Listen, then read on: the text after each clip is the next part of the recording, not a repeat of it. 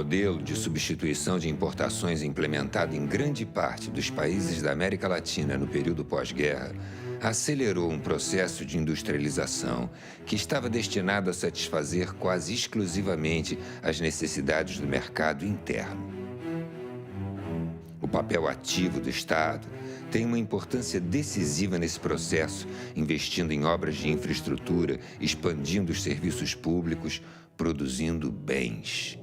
No final da década de 80, surge um discurso neoliberal com duras críticas ao Estado desenvolvimentista e com a propaganda feroz gabando as bondades do mercado.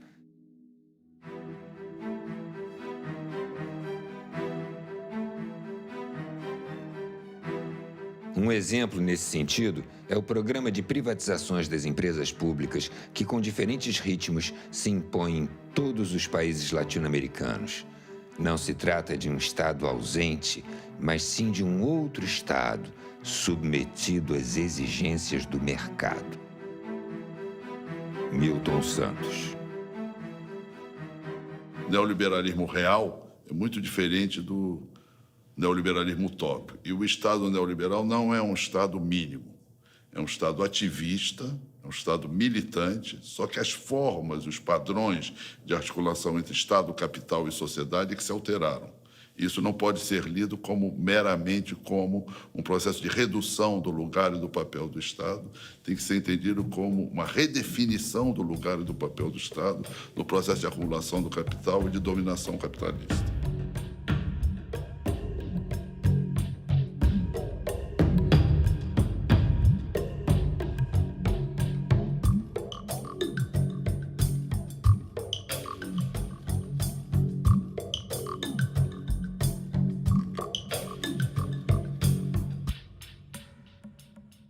Fernando Collor e Fernando Henrique Cardoso, os Fernandos comprometem o Brasil num projeto de inserção na globalização mundial e, ao mesmo tempo, subpriorizando o desenvolvimento das forças produtivas internas. E, para isso, então, você faz o quê? Desmantela a proteção aduaneira, desmantela as instituições públicas ligadas ao processo de desenvolvimento das forças produtivas. É uma coisa impressionante. É absolutamente impressionante o que aconteceu.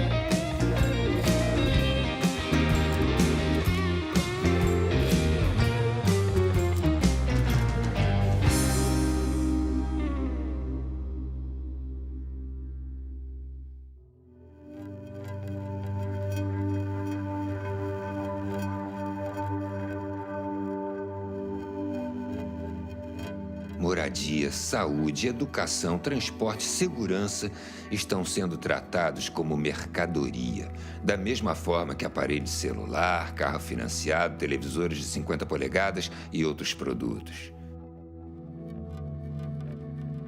Sem contar que o primo rico da história, o sistema financeiro, é o grande beneficiário sem produzir nada, além de acumular papel pintado e moedas plásticas.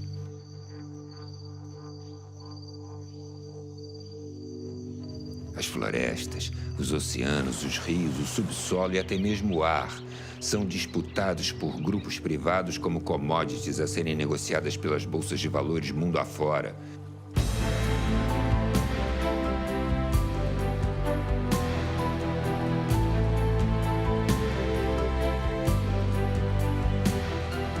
Imagine, cidadão, que o ar que você respira agora no raso da Catarina pode estar sendo vendido em Singapura. Ou as águas do Rio Amazonas, que há milênios correm no mesmo leito, passarão a ser chamadas de Blue Gold, ouro azul, e passariam a propriedade de meia dúzia de empresas que vão tentar te convencer de que a água paga é melhor do que o livre acesso à água para todos.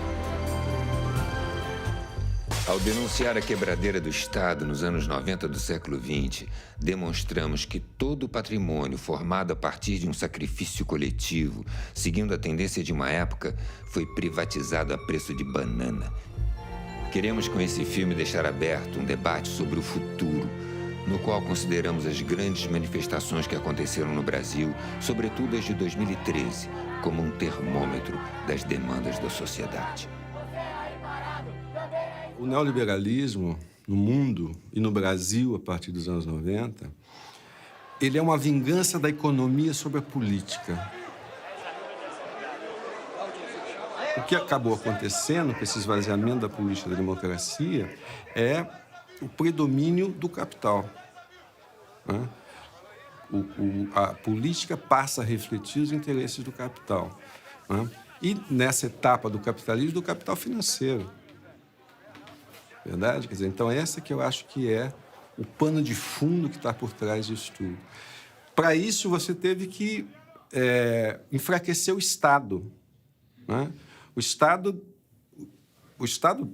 do Brasil, por exemplo, nos anos 90, nós tivemos uma fragmentação do Estado, tanto financeira, pelo excesso de dívida, quanto material. Nós privatizamos tudo. A entrada do neoliberalismo no Brasil é anunciada por Fernando Collor de Mello, com uma frase que é muito curiosa. O automóvel brasileiro é uma carroça. Quer dizer, o que era a glória da industrialização brasileira, que era ter logrado êxito na produção de veículos automotores, é desqualificada por Collor de Mello. Ele nega a importância do desenvolvimento industrial.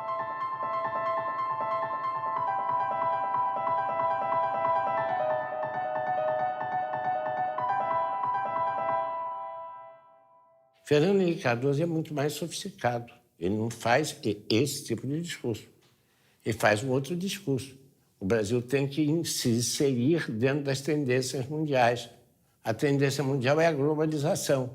Exportar é a solução para o Brasil. O Brasil precisa voltar a ser uma economia exportadora. Forte economia exportadora. Isso é levado às últimas consequências associadas com a ideia da privatização.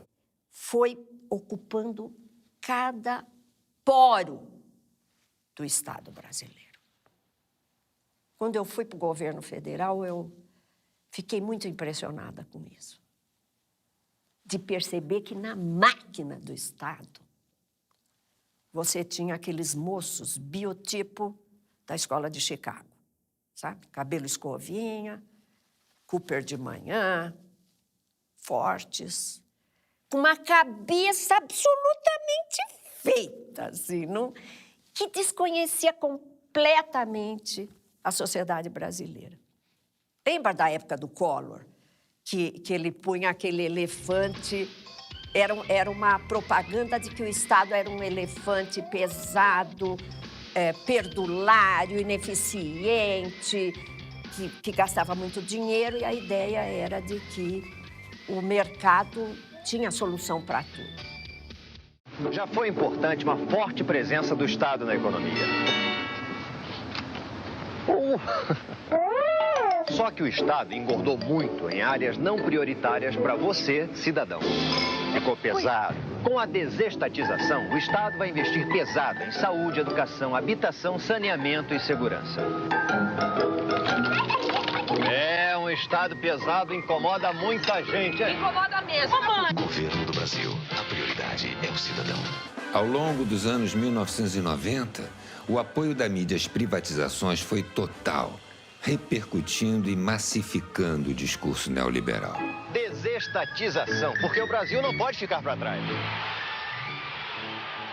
A mídia tem um papel fundamental nesse processo, né? Porque a mídia, os meios de comunicação em geral, né? Lato sensu, né? Quer dizer, é televisão, é rádio, é cinema, internet, tudo isso tem uma influência enorme para formar a opinião das pessoas, né? E a mídia, naquela época, teve um papel importante, inclusive no ataque àqueles economistas que alegavam que aquela política neoliberal seria prejudicial ao desenvolvimento brasileiro, chamando esses economistas de dinossauros.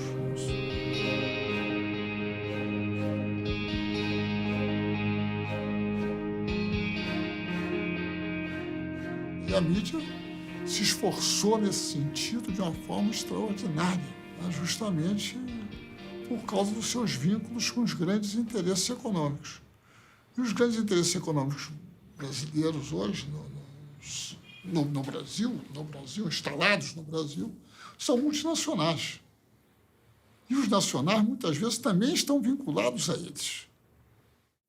O povo brasileiro perdeu o controle sobre suas principais riquezas, que foi o minério, que foi os transportes e também, que pouca gente se lembra, a venda de 40% das ações da Petrobras pertence a acionistas capitalistas, que a maioria deles moram nos Estados Unidos, porque o que interessa é a contabilidade das empresas.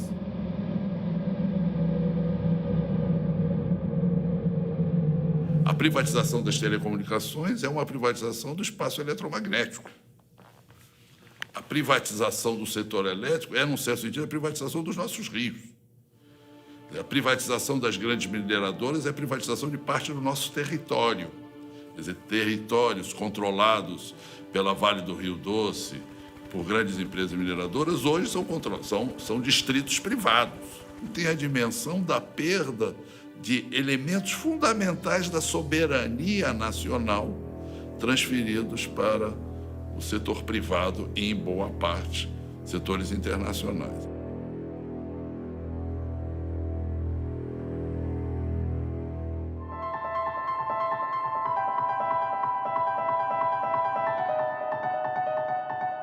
Foi um processo de desconstrução do Estado. E não foi uma reorganização, não houve um planejamento estratégico, na verdade foi uma interpretação de que o Estado era o problema do país.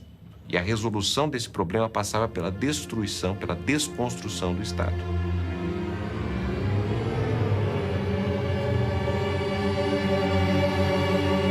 E nesse sentido nós tivemos um processo de privatização que, segundo nossos estudos, foi o segundo maior processo de privatização da década de 90. Ele foi apenas menor quando comparado com a desconstrução do antigo experiência da União Soviética, que foi a desconstrução ali da transição de um regime socialista para um regime de economia de mercado. Então, a nossa desconstrução nos anos 90, que valeu a geração de receita de ao redor de 100 bilhões de dólares, que naquele momento, nos anos 90, equivaleu a cerca de 15% de todo o PIB, que foi transferido do setor público para o setor privado. E, em grande parte dessa transferência, significou um engrandecimento em termos de riqueza de determinadas famílias e grupos estrangeiros, sem a contrapartida, porque nós tivemos, simultaneamente a essa privatização, uma redução de 500 mil de postos de trabalho. Essa é uma estratégia americana que ela parte do princípio que, num mercado totalmente livre, as empresas americanas, as mega empresas multinacionais americanas, por seu dinamismo tecnológico, pela sua escala, pelo seu poder financeiro, prevalecerão sobre as outras. E o neoliberalismo é isso, é você dizer, olha, o Estado é o grande adversário da eficiência econômica. Então, é necessário reduzir o Estado ao mínimo. Aí vem as privatizações, né?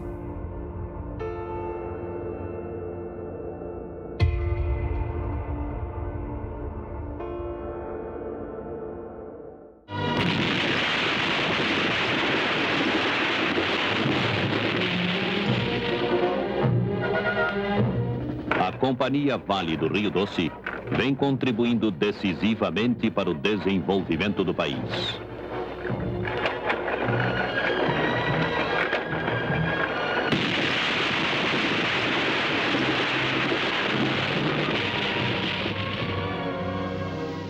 A Vale do Rio Doce foi criada em 1942 pelo presidente Getúlio Vargas.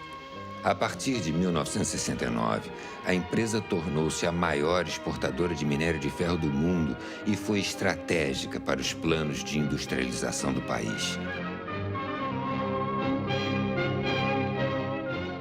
A Vale foi privatizada em 1997 por um valor irrisório em relação ao seu patrimônio e ao seu potencial.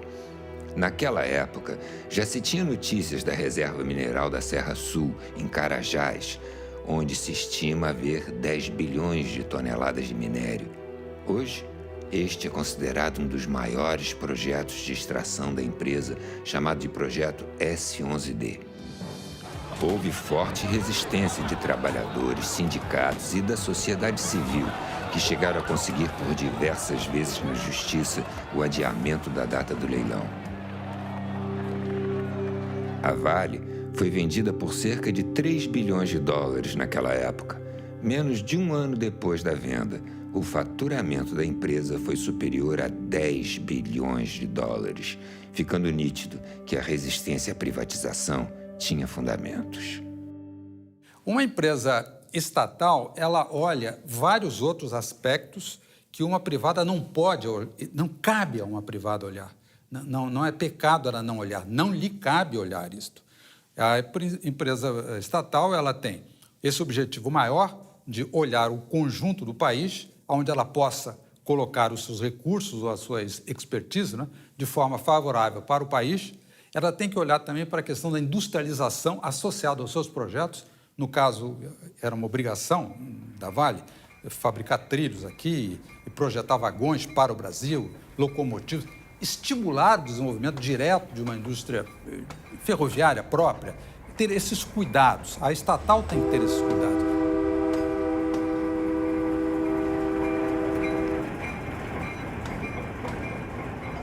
No caso das ferrovias, afetou também a logística da população, porque praticamente nós que tínhamos uma malha de transporte público ferroviário, hoje se reduziu a 2 ramais e ainda com 2 ou 3 comboios por semana. Nós precisamos construir uma rede ferroviária em todo o país para, no fundo, beneficiar a população que possa ter alternativa de transporte, para beneficiar a população, para diminuir o custo do frete dos bens que circulam aqui. E para isso precisa ter investimento de todo o povo, independente se aquilo vai dar lucro ou não. Hoje eles privatizaram todas as ferrovias e os únicos ramais que as empresas privadas estão fazendo é para construir para exportação. Exportação de minério de ferro, exportação de soja. De novo, a ferrovia não é para beneficiar o povo.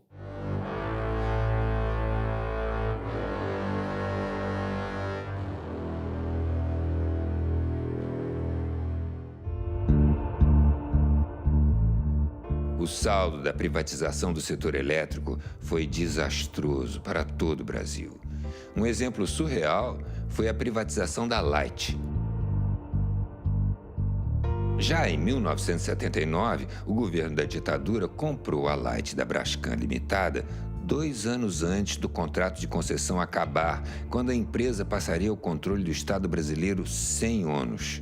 No entanto, ela foi comprada por 380 milhões de dólares. 17 anos após a estatização, em 1996, a Light foi privatizada. O então ministro do Planejamento, José Serra, orgulhoso, declarou: "Foi o maior leilão do país." No contrato, havia a absurda previsão da piora dos serviços, com autorização do aumento do número de blackouts e apagões. Como em quase todos os processos de privatização do setor, antes da venda houve o reajuste das tarifas de energia. No caso da Light, foi de 58% e o pagamento com as chamadas moedas podres. Além da utilização de empréstimos do BNDES com recursos retirados do Fundo de Amparo ao Trabalhador, FAT, do Fundo de Garantia, FGTS e do PIS/PASEP. Não faltam casos desse desmonte do setor energético em todo o país.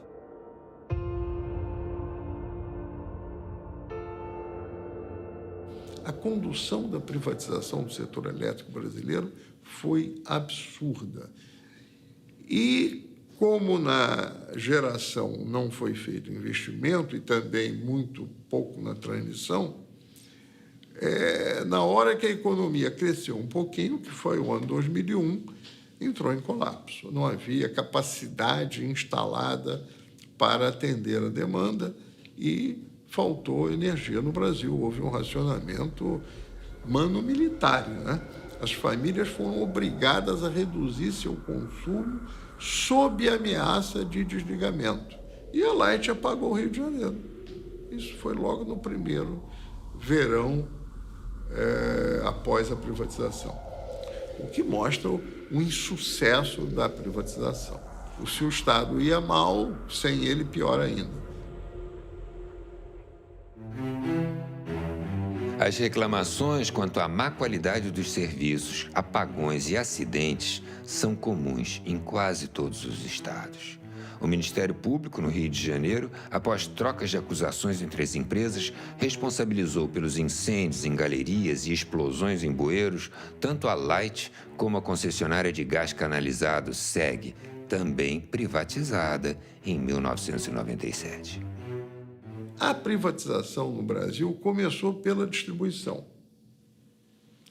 seguiu na transmissão e a última a ser atingida foi a geração. A barragem interrompe a passagem da água e isto só pode ser uma função do Estado, dado a sua intervenção física, não só no sistema físico, como também social, porque a área é, às vezes, utilizada para várias outras coisas e populações são atingidas, não é? Então, o papel do Estado aí, né, na geração elétrica se torna mais flagrante, a ideia do monopólio natural devido a essa forma de geração. É uma história muito triste, no caso da energia elétrica, porque o Brasil, que tinha na hidroeletricidade a grande componente da matriz energética brasileira, que era, do ponto de vista mundial, economia de grande porte, o Brasil tinha a matriz energética melhor do planeta, ainda é muito boa, mas perdeu muito metendo os seus pés pelas mãos. E se meteu os pés pelas mãos de tal maneira que o Brasil, que tinha uma das tarifas de energia elétrica mais baixas do planeta, hoje já tem uma das mais elevadas do planeta.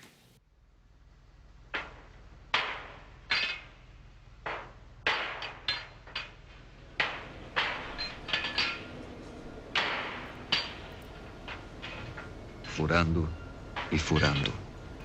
200 metros, 500 metros, 2.000 metros, 5.000 metros, até jorrar o petróleo.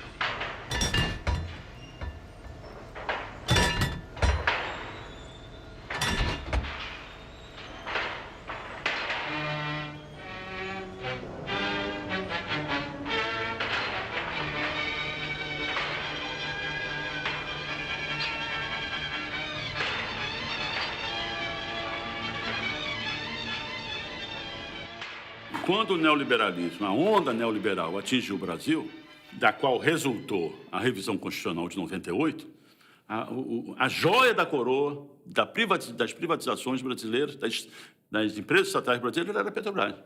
Uma empresa estatal que tem não só conhecimento e competência, experiência, mas uma vontade nacionalista de descobrir recursos energéticos brasileiros, sendo a energia um assunto de segurança internacional. Esqueceram-se aqueles que formularam essa política e essa estratégia do significado que a Petrobras tem para o povo brasileiro. Independente de condição social, econômica, visão política, até ideológica, né? A Petrobras é uma empresa, diferentemente das outras estatais que provieram da estatização de empresas privadas estrangeiras que haviam no Brasil. A Petrobras não. A raiz da Petrobras o petróleo é nosso. A raiz da Petrobras é essencialmente nacionalista. Está na raiz do nosso povo. Então, a Petrobras não só o povo brasileiro entende isso, como considera a Petrobras também uma reafirmação da nossa autoestima, como como um povo competente para realizar, planejar, projetar e operar grandes projetos, né, de engenharia e de desenvolvimento nacional. A Petrobras é a maior empresa brasileira em patrimônio, é a maior empresa em conhecimento. Nós somos o cérebro mundial dos nossos engenheiros de como conseguir tirar o petróleo a 7.000 metros debaixo do mar, no chamado pré-sal. Somos os únicos que acumulamos conhecimento científico nessa área. Nós somos a empresa de maior potencial de exploração, porque, teoricamente, todo o petróleo pertence à nação. O Fernando Henrique, como é uma empresa grande e era a pérola da coroa, ele tentou privatizá-la e transformá-la numa empresa comum. Inclusive mudando o nome, né? Para Petrobras, porque eles diziam que os gringos não conseguiam pronunciar o Brás com S. Olha o nível de mediocridade dessa nossa burguesia subalterna, da qual o Fernando Henrique foi o seu principal porta-voz e representante.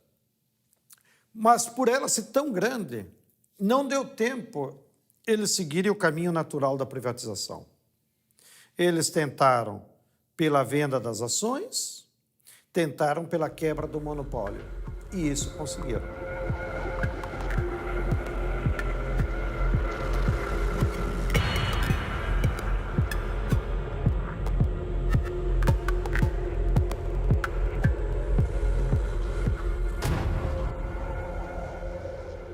E a Petrobras é o que é porque teve a reserva do mercado interno para si. Não foi por nenhuma outra razão, é porque tendo o mercado interno para si no negócio do combustível, ela pôde o quê? Acumular recursos, competência, visão de futuro, departamento de geologia e poder se converter na empresa que se converteu. Entretanto, repare que a privatização, no caso da Petrobras, o que é que ela fez? Cortaram pernas da Petrobras. Cortaram a perna petroquímica da Petrobras, cortaram a perna dos fertilizantes da Petrobras. Que essa é uma projeção da ideia de ir descaracterizando a Petrobras como uma empresa ligada ao desenvolvimento das forças produtivas nacionais.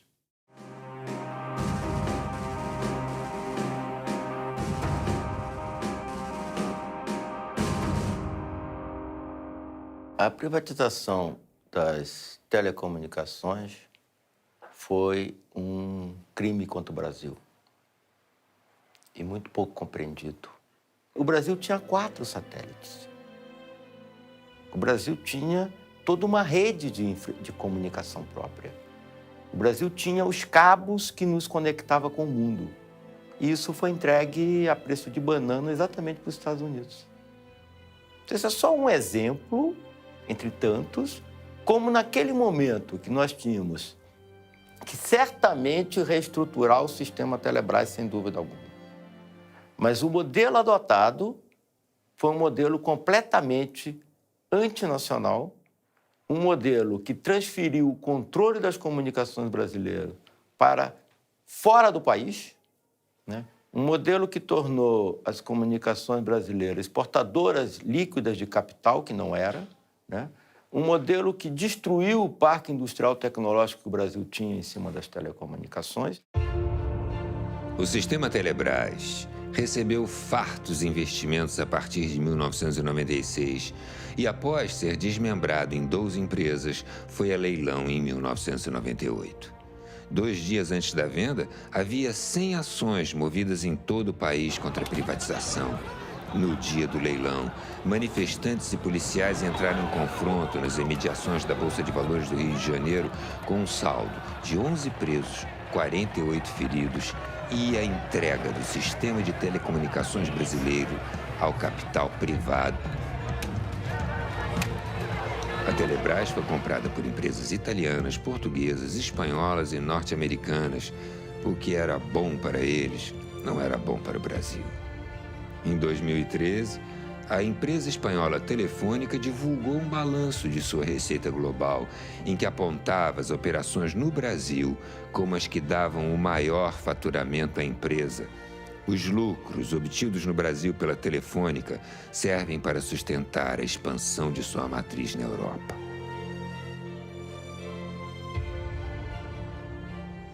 Se pensou inicialmente que a privatização ela traria concorrência para o setor, poderia trazer a qualidade dos serviços, redução dos preços. Então, a ideia da privatização que o consumidor tinha, e todos nós da defesa do consumidor, era justamente isso, que nós pudéssemos trazer qualidade de vários serviços para os consumidores e também poderíamos ter acesso a bens e serviços que até então não era possível.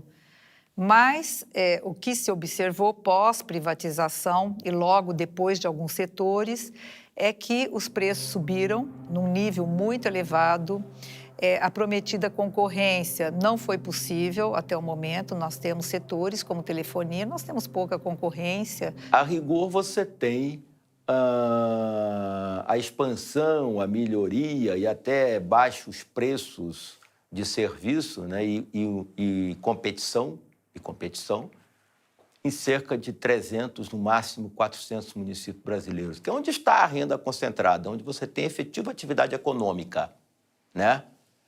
Na maior parte do país, onde a atividade econômica é baixa, a renda é baixa, né, você tem um operador monopolista, que no caso hoje é a Telemar Oi, que pratica, a partir daí, preços de monopólio, né? Aproveita e pratica preços de monopólio.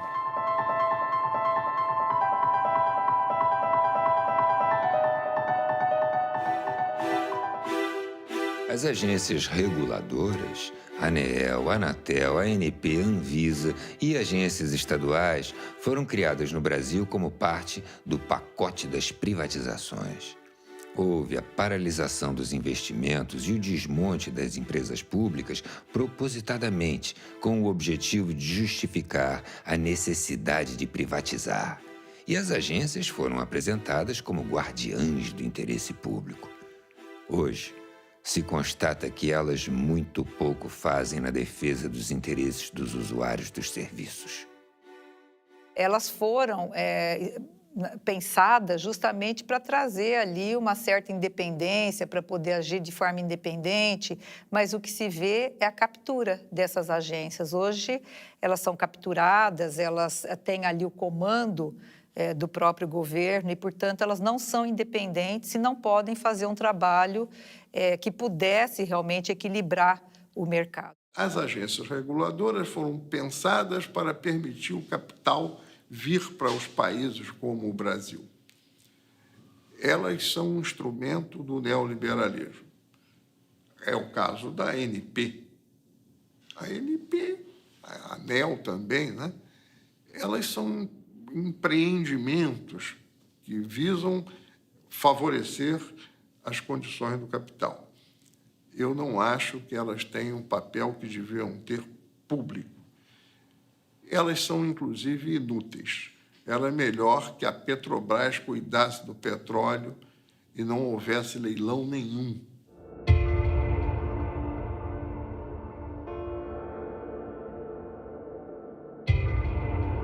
A privatização não ocorreu apenas pela venda do patrimônio material do Estado. A lógica privatista fez dos serviços públicos uma riqueza a ser privatizada.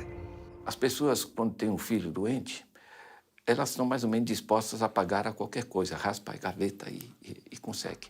Então, quando você privatiza esse tipo de serviços e torna eles com objetivo lucrativo, você deforma todo o processo. Na saúde, tinha 2 projetos, para mim, em disputa. O projeto da reforma sanitária, construído nos anos 80, que está colocado, de uma certa forma, apesar de algumas mudanças já, na Constituição de 88 e na lei orgânica, nas leis orgânicas, e o projeto privatista. E o projeto privatista torna-se hegemônico. Em 2 anos, foram fechados 11 mil leitos públicos e criados 8 mil e poucos leitos privados. A implementação do SUS foi muito incipiente, o subfinanciamento, a não realização de concurso público, a precarização do trabalho, a terceirização. Enfim, o abandono da bandeira da reforma sanitária. Uma mentira do tamanho de um elefante. Com a desestatização, o Estado vai investir pesado em saúde, educação, habitação, saneamento e segurança. Lembre-se, cidadão, no processo de privatização dos anos 90, eles te prometeram que o dinheiro seria investido em saúde e educação. Olha o que aconteceu. Hoje, o Brasil está entre os piores índices em saúde e educação, na maioria dos rankings internacionais. As políticas que ainda mantêm o núcleo do público, estatal, etc., como o Sistema Único de Saúde, por exemplo, o Sistema Educacional, por exemplo, são núcleos importantes, eles foram varridos de alguma forma, foram atravessados de alguma forma pelo setor privado, né? Eu cito um exemplo que tem a ver com os anos 90, neoliberalismo e privatização, um negócio chamado organizações sociais. Organizações sociais são recomendações do Banco Mundial, no documento de 1993, e que foram aplicadas no Brasil em 1997. O que é uma organização social? É uma organização privada, tá certo? Que recebe dinheiro público. Ela não precisa fazer concurso público, não precisa fazer licitação, não precisa fazer nada. Certo? E isso, hoje em dia, a gestão da saúde, da assistência social, da cultura, está atravessada por essas organizações sociais. Então, te dou um exemplo. O Sistema Único de Saúde tem 1 milhão de funcionários.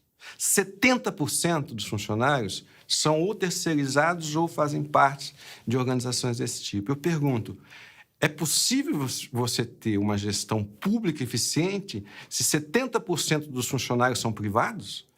A Organização Mundial do Comércio apontou no ano de 2000 o setor da educação como o setor mais lucrativo para quem quisesse ter retorno rápido. E daí em diante nós tivemos sim ali um processo brutal de privatização. As matrículas no ano 2013, por exemplo, no ensino superior, especialmente no ensino superior, né? Mas não só. As matrículas, 90% praticamente num ano foram no setor privado.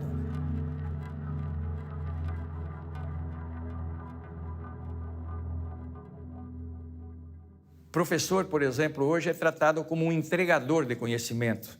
E quem pensa o conteúdo, o método e a forma de educar são institutos privados. Instituto Ayrton Senna, Telecurso Segundo Grau, Pitágoras, Instituto EQI, institutos privados. A Associação Brasileira do Agronegócio tem um investimento enorme nas regiões onde o agronegócio está mais avançado, ensinando as crianças a que o agronegócio é a salvação do Brasil. Eu li uma redação de uma criança que é, na verdade, lavagem cerebral, e que essa criança diz: agronegócio, milhões de empregos, agronegócio, autossustentabilidade, agronegócio, comida para o mundo. Então, este pensamento, além de privatizar o patrimônio e a educação ser um grande negócio hoje no Brasil, está se privatizando a concepção de educação já na educação básica. Durante os governos neoliberais na década de 90, praticamente todos os países que estavam com governos neoliberais, incluído naturalmente o Brasil com o governo Fernando Henrique Cardoso, privatizaram dentro do sistema educacional uma dimensão que na política educacional deve ser fundamentalmente pública em qualquer sistema democrático, que é a definição do conhecimento oficial. Ou seja, o que se ensina nas escolas e como se ensina passou a ser um problema de comissões de especialistas e técnicos, muitas delas internacionais e muitas delas sob o controle e a tutoria do Banco Mundial, por exemplo, que começaram a definir os parâmetros curriculares a partir dos quais se definia o que devia ser ensinado nas escolas. O que deve ser ensinado nas escolas em qualquer país do mundo é um problema de deliberação pública, um problema que atinge a sociedade. Não só aqueles que estão dentro da escola, sino também os que estão fora da escola. Deve ser um problema de deliberação e de construção coletiva.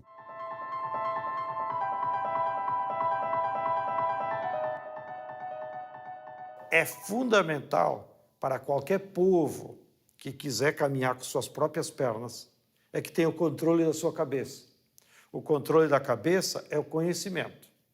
Seja o conhecimento universal aplicado à libertação do ser humano, seja o conhecimento tecnológico, ou seja, como fazer mercadorias de forma mais rápida e mais barata para que todo o povo tenha acesso. Então, o Estado tem que fazer pesados investimentos com dinheiro público. Ou seja, é como se o Estado dissesse assim, ó, povo brasileiro, vou pegar R$100 de cada um, vocês não tomem em conta, mas esses R$100 eu vou aplicar em pesquisa, em doutor, em escola, em universidade, em laboratório, em supercomputadores, que é para nós pesquisar modos de construir novas mercadorias que a médio prazo vai voltar para você como benefício, em ser coisas mais baratas, em ser coisas que possa universalizar o acesso a toda a população. Tem coisa mais estúpida no Brasil do que nós termos ainda 14 milhões de brasileiros que não sabem ler e escrever? Que hoje tem tecnologia para você, em 65 aulas, aprender a ler e escrever. Por que a empresa privada não aplica? Porque não dá lucro.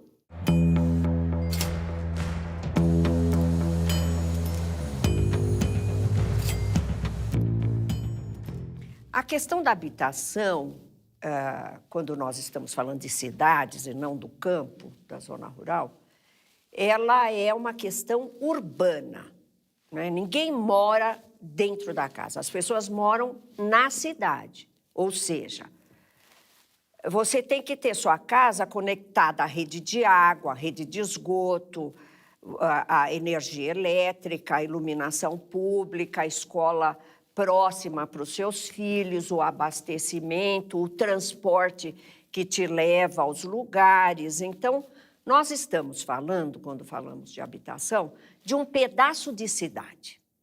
Muito bem. E esse pedaço de cidade tem preço. O preço, ele não se deve propriamente à unidade de habitação, ele se deve muito mais à localização. Então, o negócio da cidade é esse. O negócio da cidade é o preço da localização. E isso que a gente dá o nome de renda imobiliária é disputado, é uma luta surda pela disputa de rendas imobiliárias na cidade. Os pobres, eles são excluídos dessa disputa. Quando o dinheiro aparece, os capitais tomam conta das cidades. Como disse o David Harvey, follow the money. Eles vêm aonde tem dinheiro e as cidades foram tomadas literalmente de assalto. Por obras absolutamente discutíveis.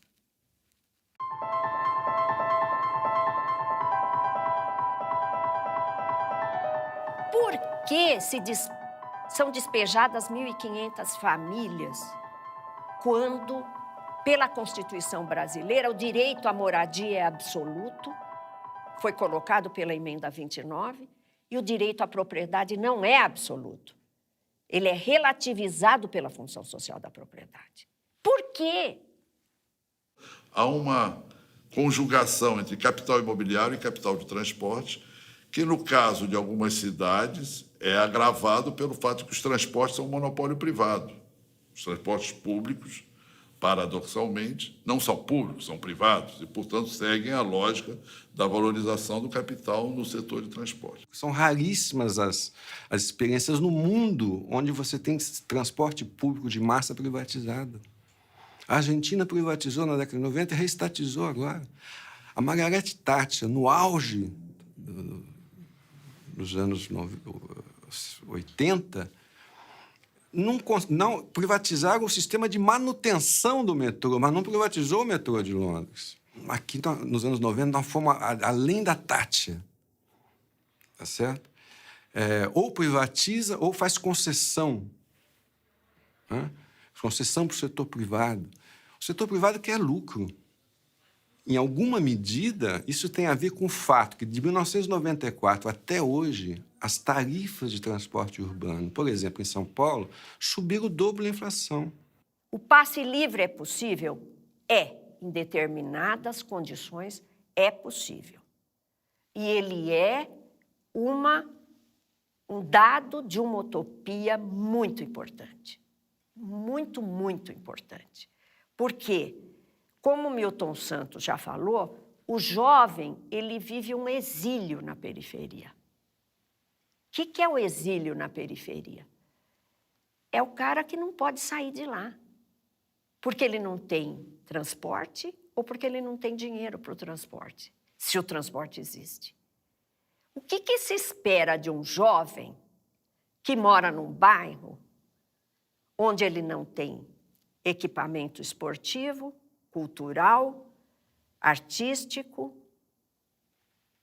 e ele não tem mobilidade? Ele é exilado.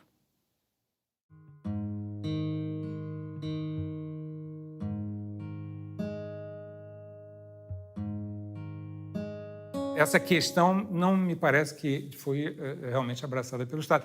Aí vamos dizer por quê. Porque essa preocupação dentro da máquina pública em todos os países apareceu junto com as reformas neoliberais. Elas coincidiram. Com as reformas neoliberais, começou a ter uma competição internacional pela atração de empreendimentos poluentes. Nós começamos, por exemplo, a oferecer a possibilidade que nas periferias da cidade do Rio de Janeiro a gente recebesse uma siderúrgica recusada na Alemanha. Uma tecnologia que todos sabiam que era obsoleta, era arriscada, as populações que moravam na área de implantação dessa siderúrgica protestaram, tentaram se fazer ouvir na grande imprensa, inutilmente.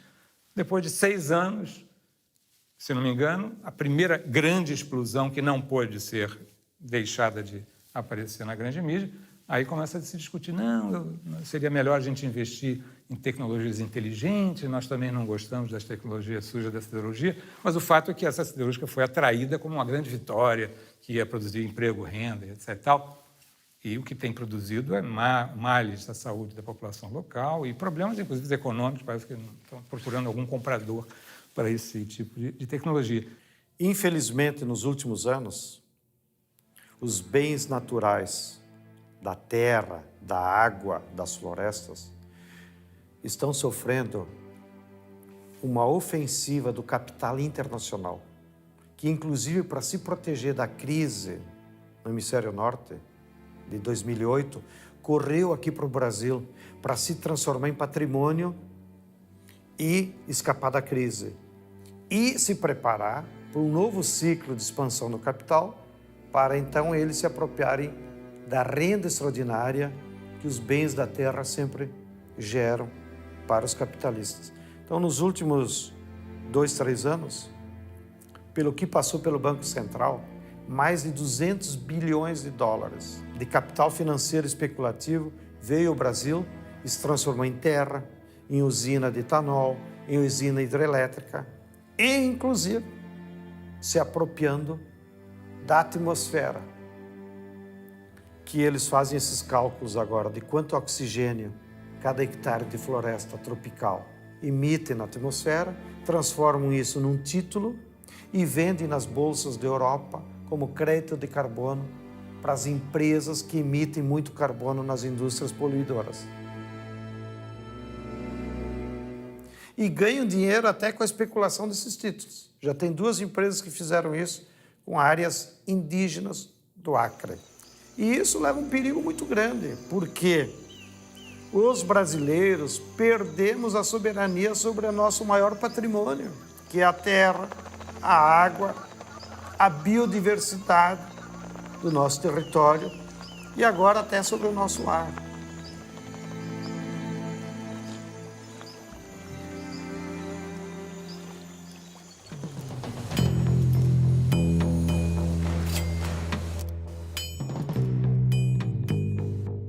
A defesa da economia nacional que o Lula fez só foi implementável porque tinha esses bancos, pelo Banco do Brasil, pelo BNDES e pela Caixa Econômica. Por que isso não pode ser feito na Europa? Porque, primeiro, que os europeus abriram mão da soberania monetária, né? Com a União Europeia. Em segundo lugar, a maior parte dos bancos públicos foram desmantelados. A Irlanda, para sair da crise, já renacionalizou, reestatizou seus bancos. O que aconteceu nas Américas nos anos 90 não era coisa de terceiro mundo. A crise se aprofundou em 2008 nos Estados Unidos. Em seguida, o sonho da casa própria esfarelou-se também na Espanha, virou pó. Depois foi a vez de Portugal e, finalmente, quebraram a Grécia.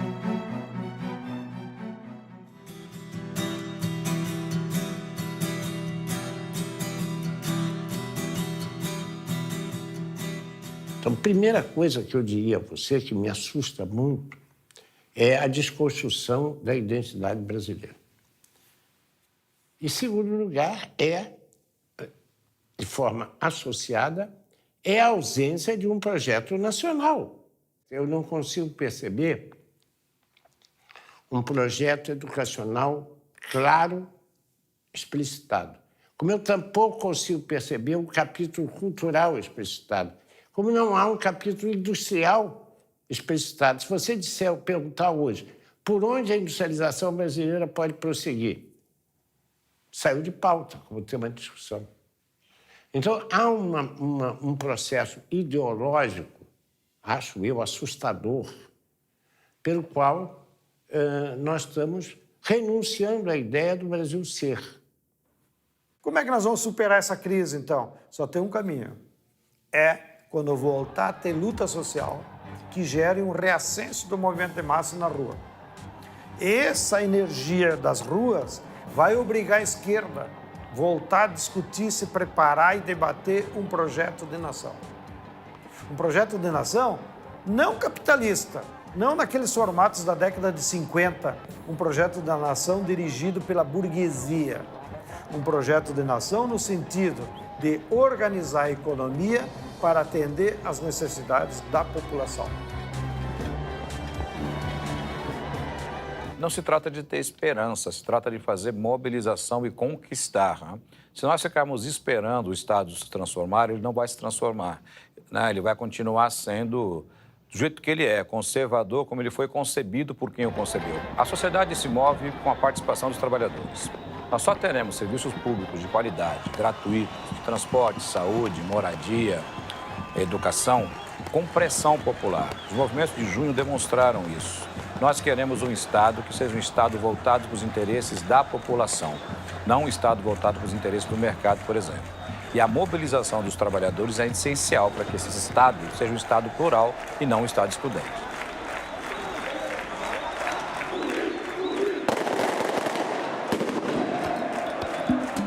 O processo de privatizações é apresentado à opinião pública como algo irreversível. As lutas populares, que em alguns casos foram extremamente sangrentas, já demonstraram que isso não é verdade. As privatizações selvagens foram revertidas, como, por exemplo, na Bolívia, com a privatização da água e do gás, e na Argentina, com a privatização do petróleo. Até a Islândia, um país que quebrou inteiro porque seguiu o receituário neoliberal de Washington, reverteu o processo de privatizações e voltou a se desenvolver.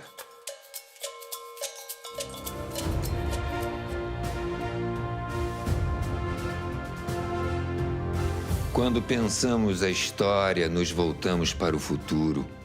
Ao mostrar o processo de privatizações que ocorreu nos anos 90, estamos discutindo o Brasil que queremos construir.